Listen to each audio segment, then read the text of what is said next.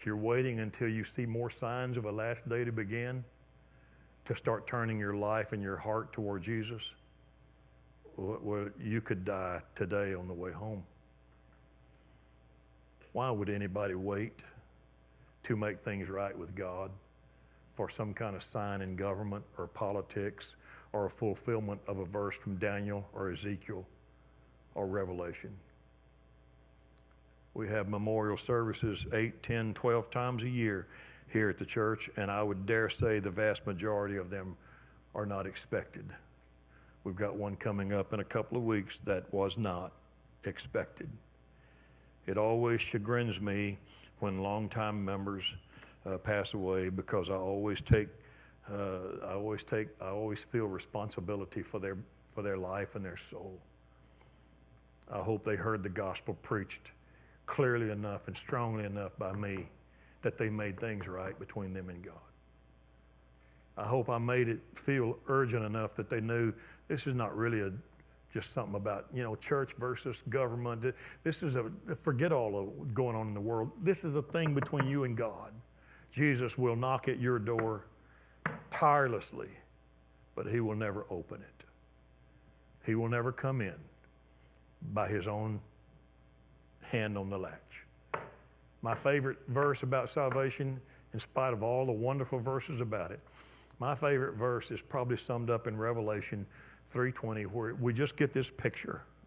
The verse in Revelation 3:20 says, Jesus is speaking, and he says, "Behold, I stand at the door and knock.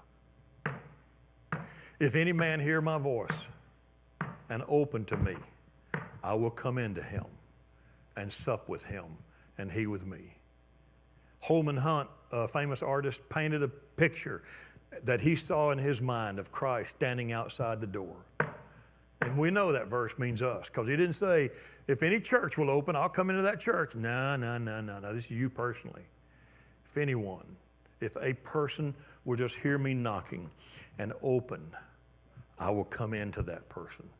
And I will sup with that person, and they will sup with me. It means we'll have fellowship. That's what that verse means. I will come in and we will be friends if they'll just open. And when Holman Hunt tried to capture that image he saw in that verse, you've probably seen the classic verse of Jesus, a white robe, long-haired Jesus, standing with his head leaning a little bit in front of a wooden door, and he's knocking. But if you look at Holman Hunt's painting carefully and you look down where there ought to be a handle on that door, there's no handle. He did it on purpose.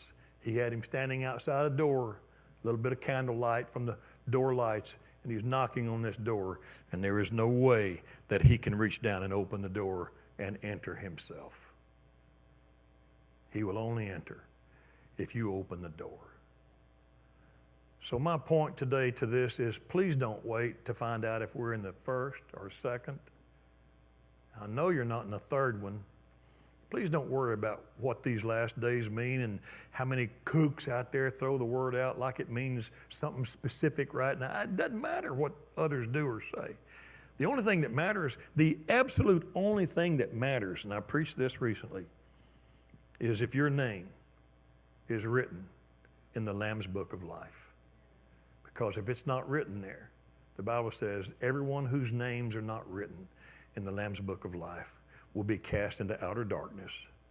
They will perish forever without God. He gets more graphic than that, where there's weeping and wailing and gnashing of teeth in the eternal flames of hell. That was not made for you, but was made for the devil and his angels.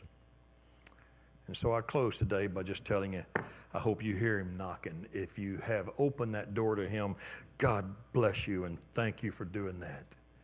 If you have opened and he has come in, your name's written in that book, that's the answer to, doesn't matter when the last days are. Doesn't matter how many bad things are going to happen in the world. The only thing that matters is your name's in that book. If you have not, then that's the purpose of this sermon today. I want you to hear his knock. I want you to know he loves you. I want you to know he cares. I want you to know he doesn't want you to die without him. I want you to know that he wants to come in, and I also want you to know that he will not force himself. You have to say, forgive me of my sins. Come in. Come in here, Lord. Come in here, Lord.